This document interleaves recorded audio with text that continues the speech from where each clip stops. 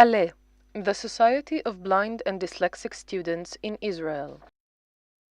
The blind and visually impaired are doing national service in Israel. I'd like to move on to Dua, who agreed to come here. Dua, hello again. Hello? You are an Arab citizen born in Haifa. Yes, I was born in Haifa. My family is Arab Muslim. And you were born blind. Correct. You definitely don't have to serve in the army or the national service, and yet you chose to volunteer. I'm exempt for two reasons. Because I'm blind and because I'm an Arab. Still, I decided to do national service. Why? I came to do national service this year because I felt that it's a year after high school. I graduated last year and I felt that I wanted to contribute, that I have something to contribute. So, before the stage of life that people are concerned for themselves and do things that will advance them in life, I said, now is the time that I can contribute to society and help as much as I can, and show that with everything and with handicaps, I can help.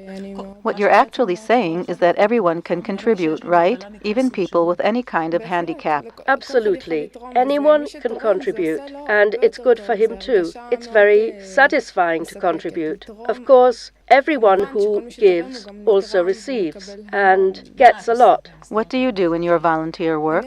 I do national service in the Ministry of Justice, in the Office for Legal Aid in Jerusalem. How do you help?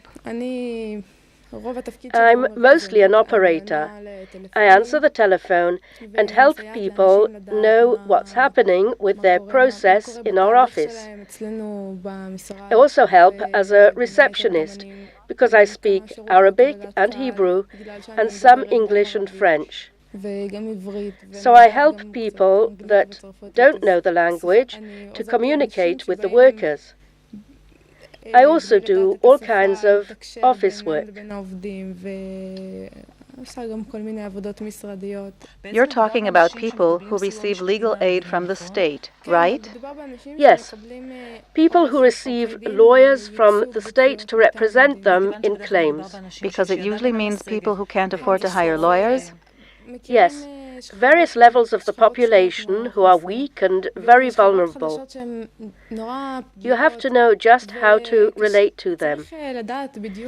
They may have been hurt badly and they really can't afford a lawyer, so they turn to the state services.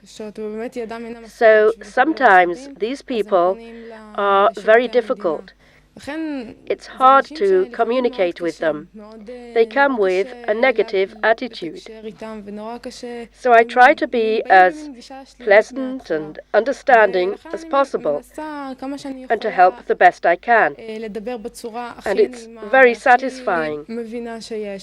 Sometimes I help people with the smallest things, and they're so happy that someone looks at them and helps them to find their way in the dark. They're so grateful. They say, "Thank you so much, you were so helpful." And it's so great to know that I helped them. That you brought light to their darkness.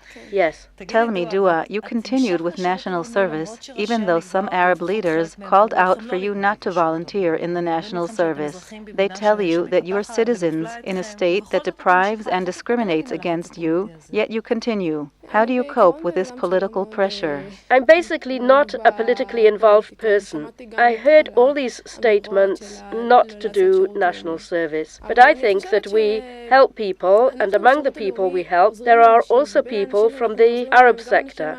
And if I and other Arab girls weren't working here, they'd be in much greater distress, because they don't know the language and can't communicate. And when we help them and translate for them and help them write documents and everything, I don't think it makes a difference for them now if the Arab who comes knows that I'm from the national service. It really doesn't matter. The important thing is that I give the best help that I can. Dua, I want to thank you very much.